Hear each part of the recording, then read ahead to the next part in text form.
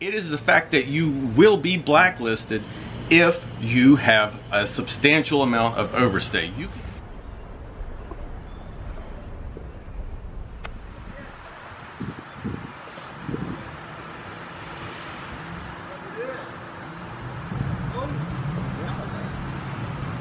So yeah, I came down here to the beach today.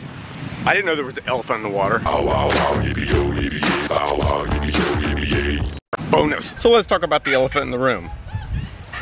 It's too easy. One conversation that'll happen here in Thailand that will never stop, it never has stopped, no matter what day it is, where I'm at somewhere, there's going to be a conversation about immigration. What your trip was like through immigration, what my trip was like through immigration, what immigration has changed, what are the new rules, what are the new laws, etc., etc., etc. And it goes on and on and on, and it will not stop because the laws that are here are constantly being updated, changed, reduced, increased, enforced. It's always different. But what has changed this year, specifically in the 3 years, going on 4 years that I've been here, probably the most significant change that's happened in the past 365 days plus was blacklisting.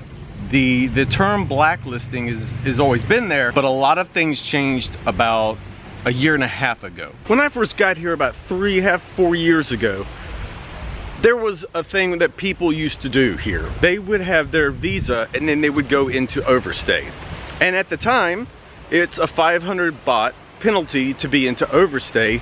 And at that time, there was a maximum fine of, I think, 25,000 baht. So instead of people doing visa runs, they would just accumulate the fine. And if and when they ever had to leave, that's when they would pay the fine with minimal consequences.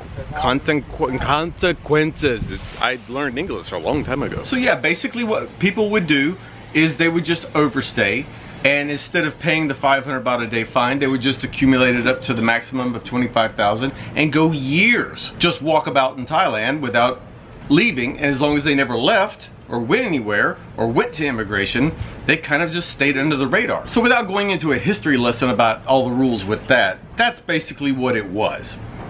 Then a year and a half ago, they came up with the tier structure on how much overstay you had on your visa, in your passport, as to how long you would be blacklisted from the country of Thailand, the kingdom. They gave a grace period for everyone to just get caught up, pay the fine, get out, and free pass. That has all changed. The free pass part is gone. So now I am here to tell you, when you go to immigration, the last thing that you want to be is the person that has to go into the office or to the front of the line where the supervisor of immigration wants to have a conversation with you. Gee, Rob, how do you know about stuff like this? You don't want to be the only person in the airport, in immigration, with the supervisor at the desk, alone. 2 years in a row, I have stopped immigration at the airport. This is a true story, and I don't talk about immigration much, and I'm smiling because it's not that I was in trouble. It's the confusion that I caused Thai immigration and the questions that they have for me. I got my first passport in 2015. I had never ventured out anywhere in the world. And when I got my passport, I got the normal size one, not the double paged one that you can get. By the way, if you do get a passport, if you've never had one, it doesn't cost any more to get the bigger passport. In America, I can only speak for America.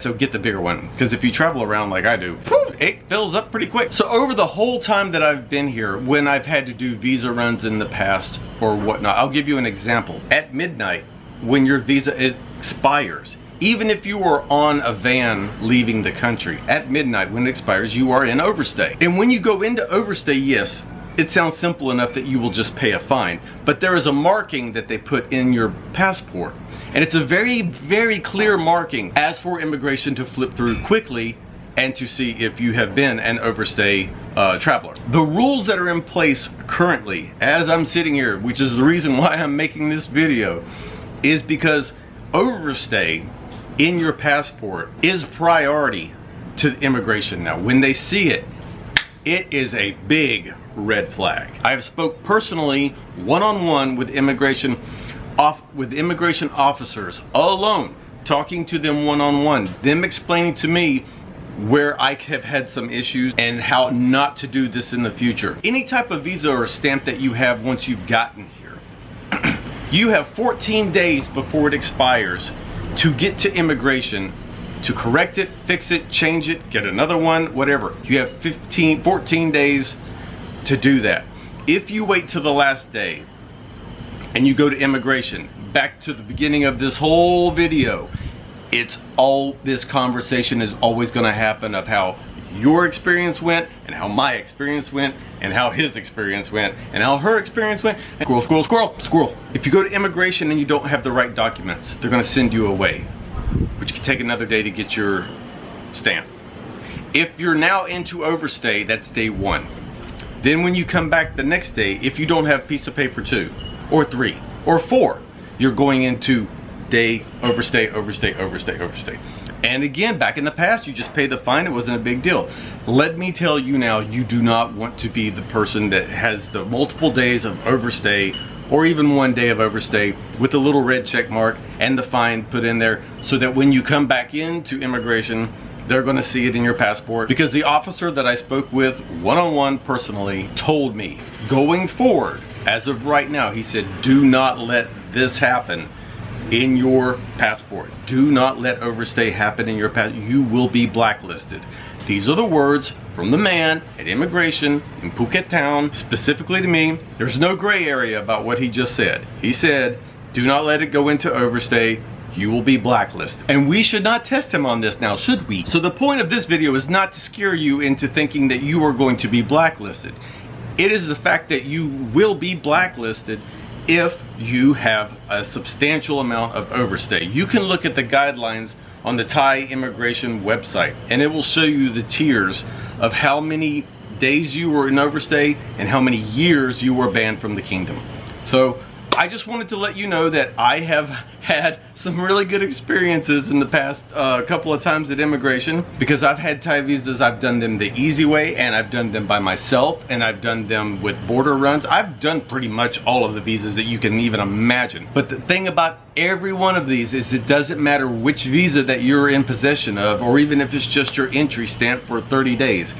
If you disobey their overstay rules here in Thailand, you will be blacklisted. So don't get blacklisted.